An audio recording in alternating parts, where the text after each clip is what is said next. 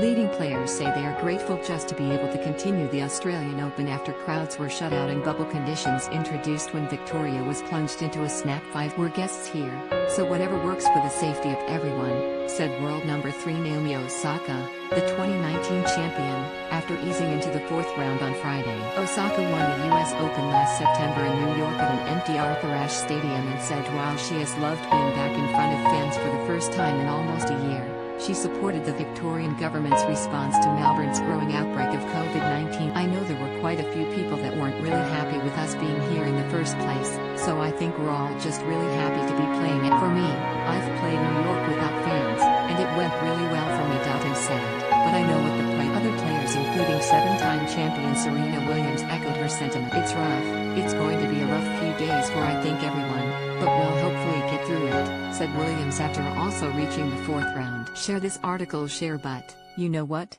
At the end of the day we have to do what's best and hopefully it will be alright. Men's 18th seed Grigor Dimitrov said players had a lot to be grateful for. We're still very fortunate to be able to play a Grand Slam tournament in the middle of a pandemic and very, very thankful to the Australian Open, to all the parties that made that thing happen, the Bulgarian said. Tournament boss Craig Tiley said cancelling the rest of the Open was never an option in the absence of crowds and a player bubble was one of the contingency plans that had been prepared. The Open is close to the halfway point and is scheduled to conclude on Sunday, February 21st with the finals of the mixed doubles and men's. Tiley hoped that crowds would be able to return on Thursday ahead of the women's semifinals and the first of the men's semis. Play will continue and players will compete in bubble format similar to what they've been doing right throughout the year.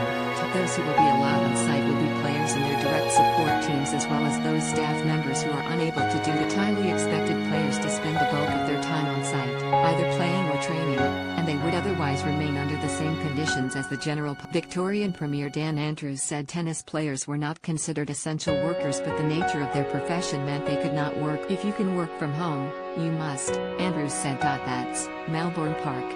Andrews said the current infection, of the highly contagious UK variant of the virus, was not linked to the tennis and there was no advice to call it off. I don't have advice to cancel the event on the basis that it is unsafe. I just don't have that. This case has got nothing to do with that event.